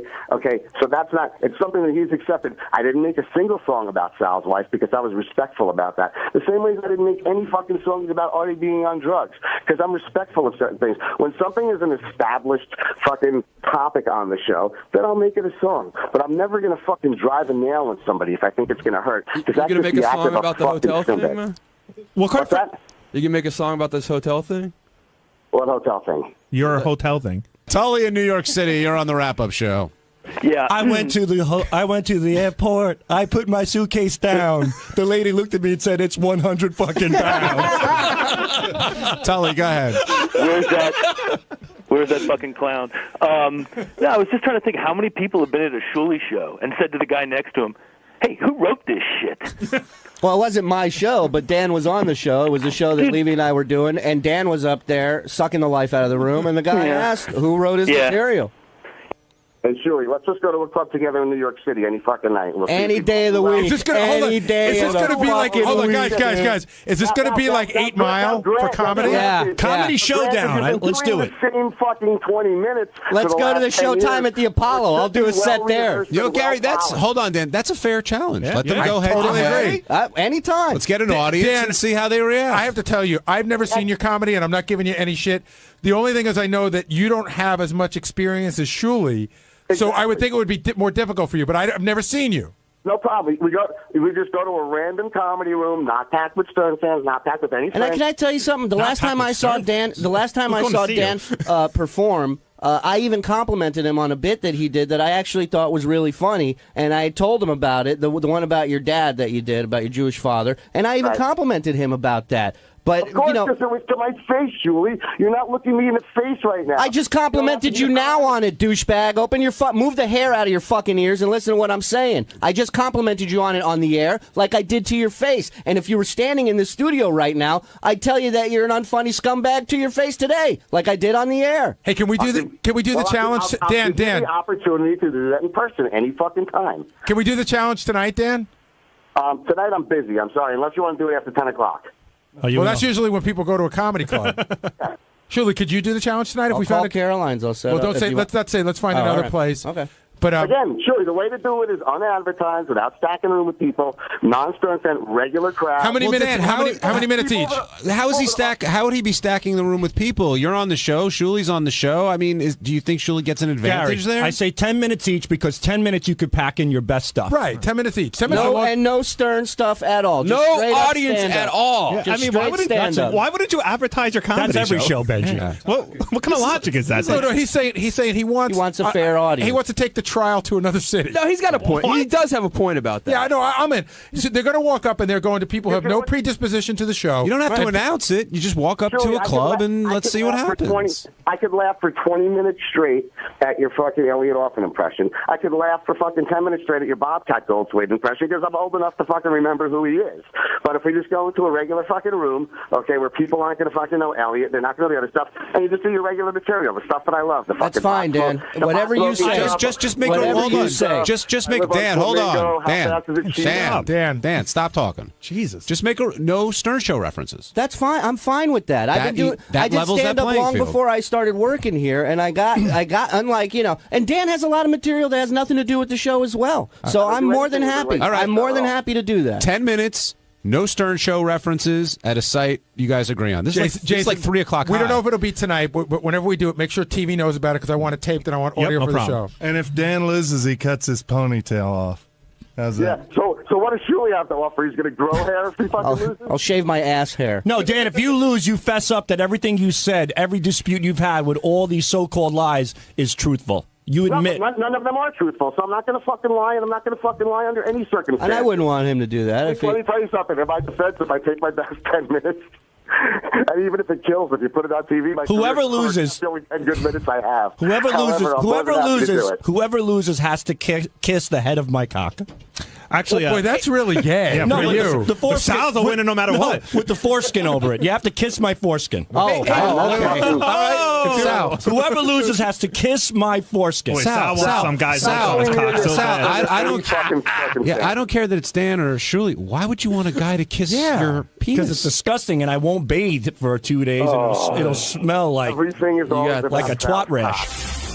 Thursday's wrap-up show, all the talk was about the Superfan Trivia Contest, which came down to the last question, and Gina pulled it out. It was surprising that a woman won, surprising that Steve crossed out his answer when he almost had it, but not surprising that no one knew what Vinny Favale's full title was over at CBS. But it was a great contest. We talked about it a bunch, and here's how that went.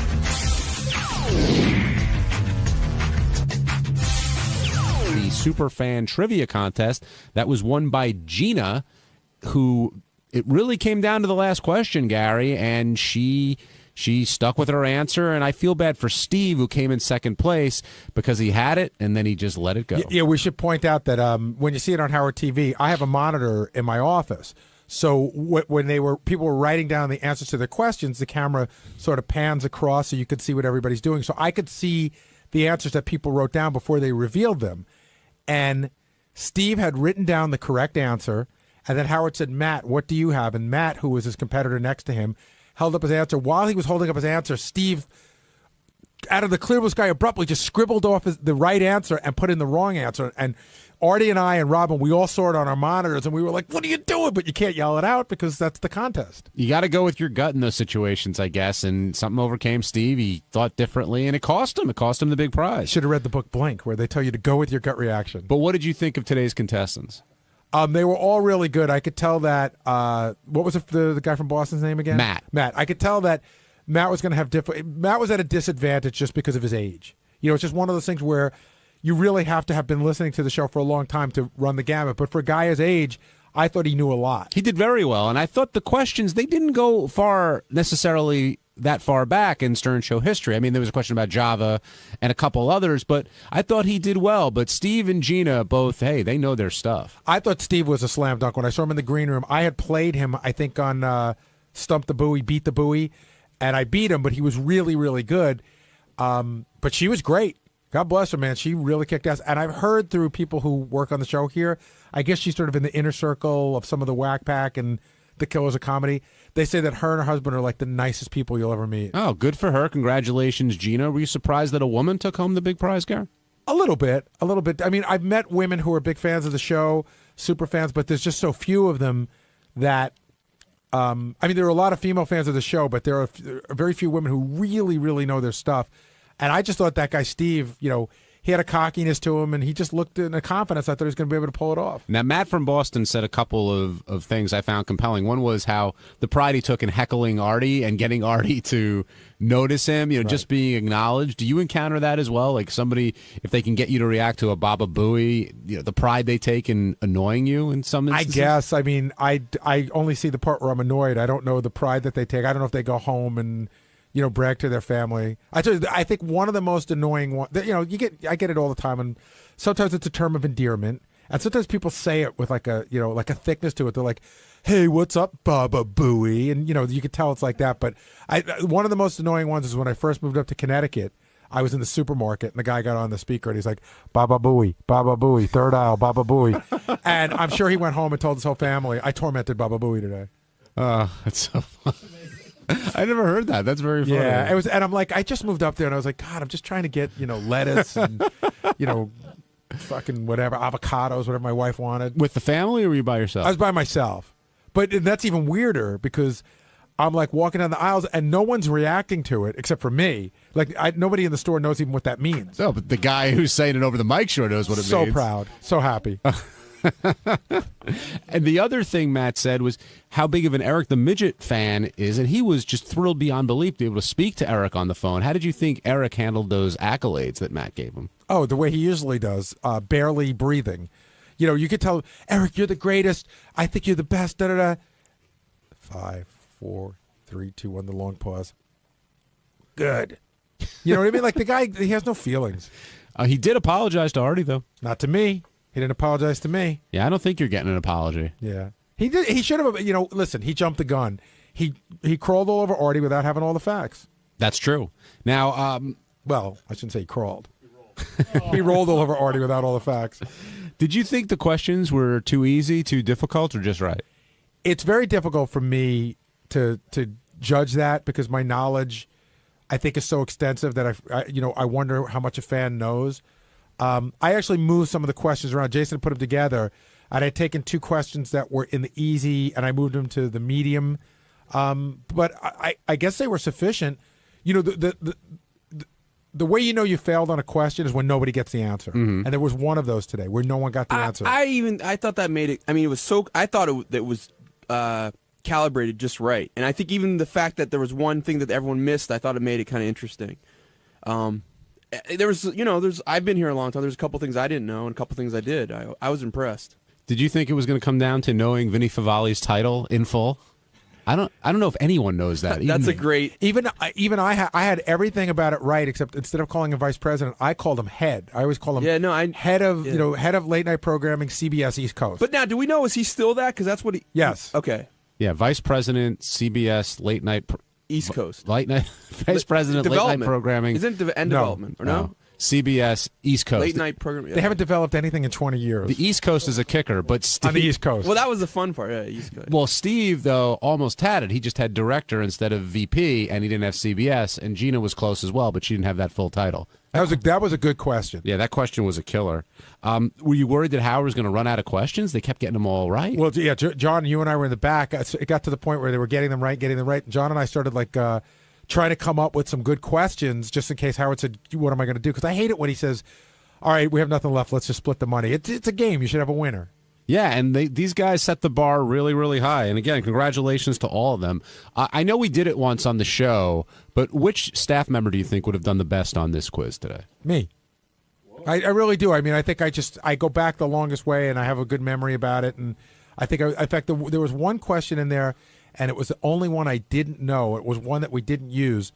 Which staff member broke the glass on the Xerox machine while copying his bare ass? I think I know that. Who? Fred. That's correct. That's correct. And I didn't know that one. Yeah. Yeah. Do you think you'd do well, Benj? Yeah, pretty well for the years I was here. I've been here, yeah. Right. The problem for you is that there's a huge chunk of time back, NBC and before I you got here. know of because I've assimilated in, but yeah, there's a lot of stuff. I didn't know the years of Bongo. I knew around what years, but that wouldn't have Those are the hardest questions, I think, when you need the specific year or date. That's really tough. Yeah, for me, but Bongo, like I put everything to something that's going on in my life. It's the same way I can tell you almost any year of a record by sort of remembering where I was when the record was. So for Bongo, it was easy because I remember Mary and I had just gotten married, so I knew it was 92. It was easy. Now, if you missed it, here's the big ending where Steve comes so close, but Gina ends up winning Howard Stern Superfan Trivia. What Tom Cruise movie did Kenneth Keith Kallenbach have a scene in before it was cut? The superfans are writing. Steve is the last one to put his pen down. I'm going to go to Matt first. Matt, go ahead. I said Rain Man. Rain Man is not correct. Steve, go ahead. I originally wrote Jerry Maguire, but I believe it was Vanilla Sky. Vanilla Sky is not correct. Let's go to Gina. Gina? Jerry Maguire. That is correct. You screwed yourself, 25 points. You are a super fan extraordinaire. Wow. Well, Steve and Gina are making out. Matt shaking hands. Steve, I thought you had that one. I did have it. What went wrong? You crossed out the right answer. Yeah. You had Jerry Maguire. Why did you cross it out? I just I knew that was Artie's movie. That's too. the same one I got cut out of. Yeah, but it was the two of them I'm a together. loser. Our hearts go out to Steve, but congratulations to Gina. And a good group of people today. Sometimes when people come in like that, they can be really, sometimes people get weirded out when they meet some of us and they get sort of odd and annoying. These were all super nice people. Nick in Lake Tahoe, you're on the wrap-up show. Hey, guys, how you doing? Hey, Nick, Who what's came up? up with all the questions? Jason. Did you all put them all together yourself, or everybody kind of pitched in on it? What's the deal on that? Jason came up with some of them. I think John pitched in. Doug Goodstein pitched in a little bit, too. Yeah, it was mostly Jason. Jason coordinated it, and then we sprinkled in a couple. Yeah, the hardest one I had was the movie one. Which movie did Howard take his first wife to? Yeah, Besides that, I did really well. I didn't know that one. When I looked at all the questions before, that was one of the ones I didn't know. That's a tough one. That's a tough one. I'm a huge Lenny Bruce fan. So. Hey, that was a great job today, guys. You guys have a good vacation. We'll talk to you. Thanks. Right, thank you, Nick. Let's go to Rob in Connecticut. Rob, you're on the wrap-up show. Hey, guys. Good job today. Real quick, one funny thing I noticed that, given the size of some of the people in there, nobody even picked up on it. When they asked the question about J.D. and the web girl that he was a fan of, the one guy mentioned Cookie Puss, and nobody touched on what Cookie Puss actually is. It's a giant, ice cream cake from Carvel. Yeah, no, we know it's a whole bit with Fred, and we did a whole bit about it, and we just think that everybody knows because it's been played on the air so much. I thought the series of answers to that question was probably the funniest part of that entire bit. It was Cookie Puss. No, one was Pussy Fur. Pussy Fur, the first guy said. Then he said Kissy Fur, which was correct, and then Cookie Puss. Hey, did she ever? I don't know, JD's not. Did he actually get her to use the dog on her? I'm not sure. Only JD would know that, and I don't think JD was particularly pleased. I heard that question was used. Did you hear him yelling from the back? Yes. He was like, "Good enough already."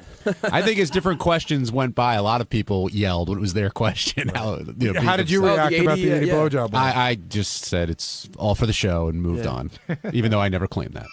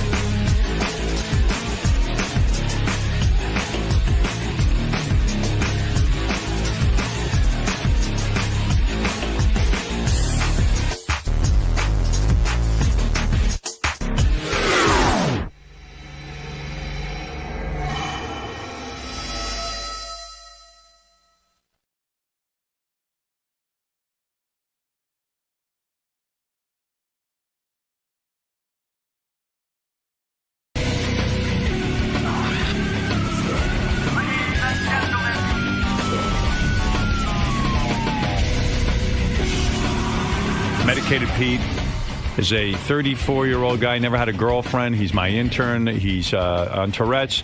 Let's bring Pete in. Where is he coming in from? Come on, Pete. Who knows? Who knows if we can find him? There you go. There he is.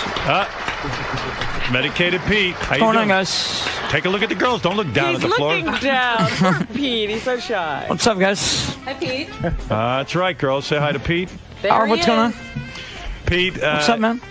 Pete, are you Tourette'ing right now? I'm taking out like it's going out of style right now. You got 3 girls who have seen you. They understand you have Tourette's. They're interested in you. Pete, what are you thinking? Who do you feel the connection with? Out of all due respect to the 3 candidates who are on the show today, go ahead. I give the rose to Dinah. Dinah, you were contestant number 1. You're in a wheelchair. Dinah just wheeled out of here. I'm sorry. She left. I'm shocked. You're shocked. Why Dinah? Well, I kind of feel that I have a connection with her. Kind of from that. From what, Queen? From the just the disability thing, you know. Let me just talk about Pete's date real quick. I'll give you the update. Pete, come on in. Hey, Dinah. Hello? Dinah? Yes? What was that? What? You were like this. I have to pee. Oh, you have to pee? I have to pee, yes. So why don't you go pee? Because I was waiting for you, but we Go can do pee this. now. I'm feeling too much pressure. No, it's okay. We can do this. Pee, well, listen. Want to bring? Are you there? Want to bring the phone with you into the toilet? No, it's okay. All right, Dinah. Yeah. Bottom line, I want you to be honest. Don't hold back. Hey, Pete, how you doing, man? What's up, guys? Wait a minute. I want to know from Pete if he had a good time on his date. Personally, I did have a good time. Okay. You had a good time on the date? Yeah. You guys You went thought to lunch? it went well? And we had a good time. You went to lunch? Yeah. You had some conversation? I was some conversation. Yeah. Then you guys rode the mechanical bull? Well, you did. That was Dinah pretty did. fun. She did, too. She did? Yeah. All right, we got some film. We'll show that. We'll show we got some video. Yeah. All right, Because I Dinah. just wanted to know his perception of how All right. things went. Dinah, Right. I really want honesty here. I don't want you to sugarcoat it. Okay. How did it go? Well, I did have fun on the bowl and stuff, but I have to be honest that it was really tough. Yeah, I could tell. I didn't watch the video. I listened to the audio of the video. Okay. And I'm sitting there going, there's no way this girl's going to be into Pete. There's no way. First of all, she's cute. Wait a minute. Let me ask And- you something. Did it start out with her being interested? Did he lose her interest or... All right, here's the bottom line. I'm going to teach Pete. This is good I got to hear these tapes because now I know how to work with Pete. Pete could have shit going on. Mm-hmm. Your perception was it went well, Pete? I thought so. Yeah. Yeah, I don't want him... I didn't want him to hear that there was any 'Cause- reservation on her part. 'cause I when- wanted to Maybe know I'm- what he thought. Right, I understand. Could now when you Maybe I'm not seeing it properly. I don't yeah, know. exactly. Because you were like, That was a good date. you saw her, you were physically attracted, and I don't blame you. I thought she was cute, and you were feeling even love for her, right? Yeah. Yeah. And you left that date thinking that you were going to get a shot with her again? No, I had kind of reservations. What do you think went wrong? I don't know. I can't really put my finger on it. you know? See, now this is with Yeah, your I prompting. can't He's really now do that. seeing. See, I wanted to know. I understand from what you him wanted to know, but I have that- to cut to the chase. Yes, but I really Yeah. wanted to hear that he thought it was a good date. He He thought did. he had a chance. Yeah, he thought he had a shot. Yeah. You thought you had a shot. But I'm telling you, Realistically, no. I mean, it went horribly. I was listening to the audio. It was a terrible date. I'll tell you what, and I'll sum it up for you real quick. Because you haven't had a lot of experience. You're 34 years old. You haven't had a girlfriend. And Dinah, you tell me if I'm right. Okay. You didn't ask her any questions, man. Yes. You know, yes. it's not your looks. It's not your affliction with the Tourette's. You couldn't have been any less interested in her. When you're out with a girl and there are such long silences, you wouldn't believe it. Real uncomfortable long silences. Were there? All Pete had to do was pretend you're the host of an interview show. And here's your subject, Dinah. And you're there to hear everything about her life. Right. All you had to say to her was, Dinah, I'm so interested in, your life. So tell me where you were born. Boom. I was born in a small hospital and blah, blah, blah, blah, blah, blah, blah, blah, blah. Okay. But you got to listen. Yeah, you got to listen because you got to have follow-up questions. And so you conduct an interview with a girl. And this is a great lesson for guys. And it took me years to actually realize this, that it's really not that hard to talk to girls. All you got to do is pretend to be interested in them. Mm-hmm. Pretend? Be interested in them. Here's a girl in a wheelchair who's going to go to law school. So what do you say to a girl? Be some interesting what do you stuff. say, Pete, to a girl who's going to law school? What type of law are you interested in? Ah. You Here, didn't think of that yesterday? Listen, like this. Here's what you say to her. What made you want to go to law school? Were you intimidated by going to law school? What kind of grades did you have in high school? Was this your dream your entire life to be a lawyer? Was your father a lawyer? Anyone in your family a lawyer? What is it about the law that interests you? Do you ever get frustrated that lawyers have such a bad reputation? Dude. This would have been great conversation. Thanks. She would have been putty in your hand. She would have said, you know what? I finally met a guy who cares about me. You hear what I'm saying? What race would you most like to put in jail? Any question would have worked. Something, Artie. But, Pete, you didn't ask her a thing except you rehashed one time. It was getting so uncomfortable. He finally goes through again. What kind of music are you into? Which is what we asked her on the show. You knew her. You should have even said, gee, I thought it was really interesting you're into Queen. Because, I've always wanted to see them in concert. Did you ever get to see Freddie Mercury live? Something. What concerts have you been to? Yeah. You went right back to the same question. What happened? You froze up, dude. I did. Were you interested in her? I did. I was just so nervous. And man, you choked. It just... You choked didn't on this go one. well. You know what, Pete? When you want something, you have to get over the nerve. Well, not only that, it got so quiet in there. All they were doing is eating. And Pete's, like Not most the guys who are, greatest he's eater. not the Music or greatest anything, eater. yeah. A lot of food flying all over the place. And right, Dinah? Yeah, that's just part of the food date is the messiness sometimes. But you would have been okay with it if the guy was really a good guy asking you questions. When girls say, I want to only meet a great guy, all they're talking about is some guy who wants to ask him a few questions. Mm-hmm. I'm telling Interested. Yeah. All right, I'll play you some of the tape here, Pete. Oh, this is brutal. Painful. Here we go. I'm not so sure I want to hear it. But... No, it's good for you to hear. Go Because ahead. if I get you another date, you can't blow it like this. Any question, Yeah. like what kind of gravy would you like on your shirt? What you got, Pete, you ready to hear this? What? I'd rather go like this with chalkboard, but So, Go ahead. Don't you want to learn something? This is the Yeah, of tough course. part of the tough whole part of thing. learning, Yeah. All right, okay. here we go. Medicated Pete. Let me find Let's what do it. page. I got you. I listened to it this morning. I had a hard time with this here. I wanted to just give you a hug and say, Pete, this chick was a winner. You could have had this chick out of her wheelchair, laying there in the bed with those wobbly legs spread, and you could have been inside. This is not a girl who, she ain't too particular. Right, Dinah? I have standards. I understand. But no guy's getting into those pants if you don't ask her a question. Conversation. Yeah. Yeah, I could tell. You didn't even give him your number. She did. You got the number? Yeah. I did because it was kind of an awkward situation and I wasn't sure what to. Do? Yeah. Yeah. I once gave my number to Charles Manson because of it. It's just awkward. So I said, here. You see, you got the number, but you ain't never. You didn't call her last night, did you? No. No. She's already changed her number, I bet. Your email address, too. That's one of those temporary phones. Yeah. How soon into the date did you know it wasn't working, Dinah?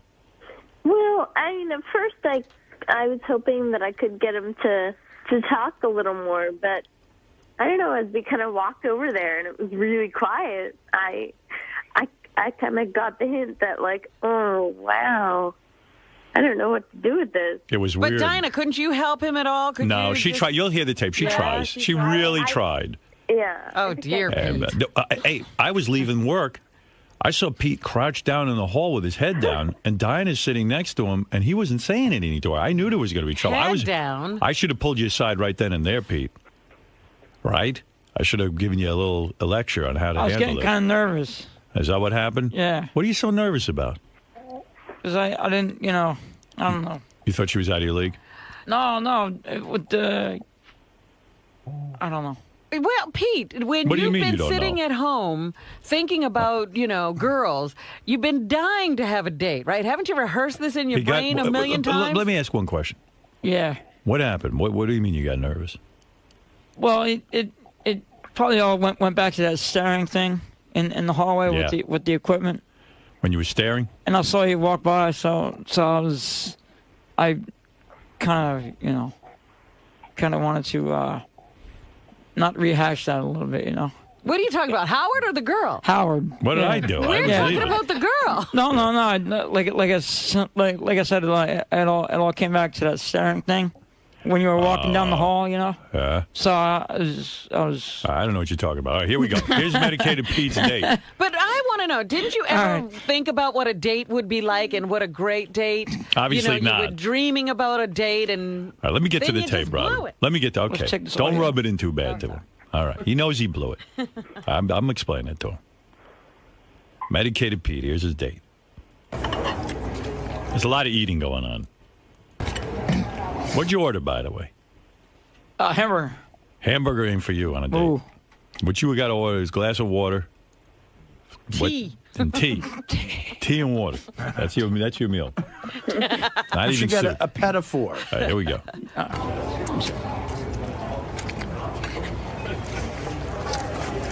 So I wanted to give you my contact stuff still. Okay, cool. Or you can even, if you have my email, so if you just drop me an email, okay, then I will have your information. Okay. We'll do that. I'm sorry. That's okay. Close quarters. Yeah. That's when you poked her with your arm accidentally, but at least What I made some happened? cut. He poked. He said he was sorry because he poked her in the arm with his arm. Oh. But at least it led to some Just a little conversation. tick or something? Yeah. There's some stuff in here.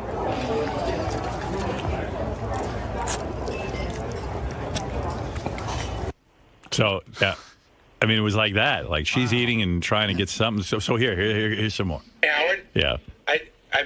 I mean, this is making me sad to say. I think Pete's near tears. Oh, are you? Oh, Pete, you are? Oh, no. Oh no. Pete, I'm gonna get you a girl. Don't worry. This is a good. This was the warm up. I was Oh, dear. You're gonna be fine. Come on, I mean, well, I mean, I don't know. I think I know the whole conversation, but You choked on but I it, guess not that's all. yesterday. Not yesterday. All right. Are you laughing or crying? If you start crying, I'm stopping this. I'm laughing my ass off. Oh, okay. Good. I mean, So only once again, Gary read the situation all wrong. only just because I'm like, No, we You all are did, Howard. sad. The TV guys too. Oh, okay.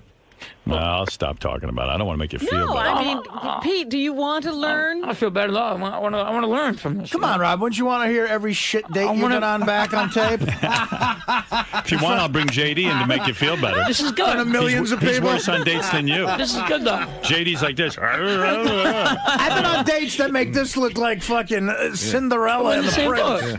No, come on. At least you're better off than JD. Right. JD's like this. I don't care. Whatever. I don't know. What? Listen to me. I got the solution for you. I'm going to fix you. Don't worry. This is going Do to you have a think happy there's ending. no chance with Dinah anymore? Oh, no. The Dinah's gone. You Done. don't want another date, Dinah? I could not do another date. Ooh. It was a lot of work trying to, Yeah, she did. keep the conversation going the whole time, and I don't think I could do it again. I hear That's you. rough. Dinah just put a faster motor on her wheelchair. Yeah. Yeah. She got out of town here. Do you have roommates or? No, I actually living at a home right now. Oh, okay.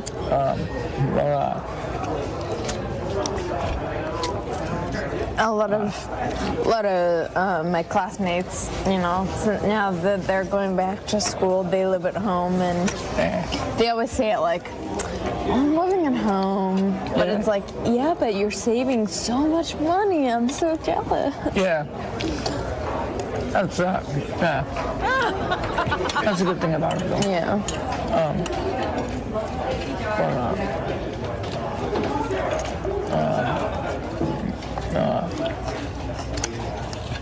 Do you get along with your parents?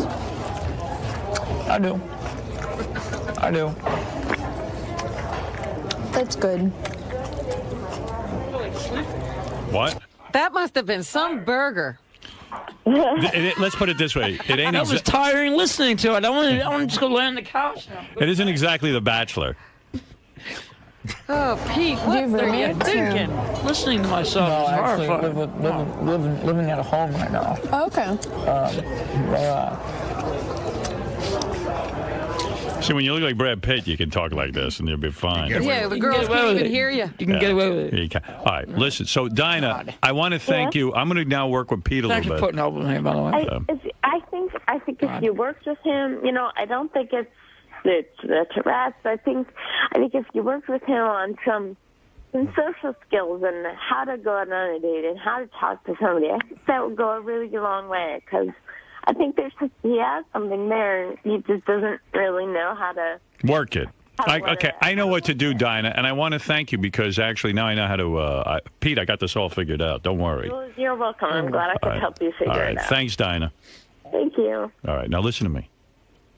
I got this figured out. I got more of this tape, but you have enough of that. Yeah. All right, listen to me. If you want to see Pete ride the mechanical bull, that he was good at. He did ride the He mechanical. had a There better he is. relationship with the bull. Look at your TV screen. There's Ooh, Pete on the look bull. at you, Pete. I got to say, he's got the cowboy hat on.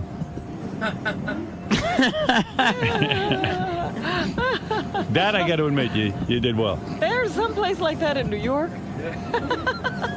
It takes balls to get on that thing. Oh, my goodness. It's over, Pete. That's it. Pete froze. Cool. Nice. Yeah, Robin, do you ever walk around New York and see someone who looks like an asshole? That's where they go. All right, so Pete, here's what I figured out. I got this figured out. The way you're going to score with chicks, you just got to pretend you're me interviewing a chick. This is going to be the key. So when you go on the date, you're no longer you. You're me. I'm you. You're Howard Stern of the Howard Stern Show. And now you're going to engage these girls in conversation. Okay. All you're going to do is ask questions about them. That's the only pressure you got, to think up questions. Just ask questions. Think about Dinah. What's But her thing? don't She wants to grill be a them. lawyer. She wants to be a lawyer. So, yeah, Robin's right. So she wants to be a lawyer. Hey, so what type of law you want to practice? Then let her talk for a while. Let her talk herself silly. These girls will talk for fucking 2 hours when you ask them a question. They're so starved for daddy. Well, actually, Howard, listen there's to a me. little bit more to a conversation than just Hold one on. Would question you and let me them finish my talk. advice? This is man to man. All right, but you're steering him wrong. No, Man to man. Man to man. You're Man. steering him wrong. Man. She's a girl. She don't know. Listen to me. All right. Sorry. Listen, I'm no beauty. I get girls in bed. Here's what you do. Then when they talk for a while, you Yeah. listen to them.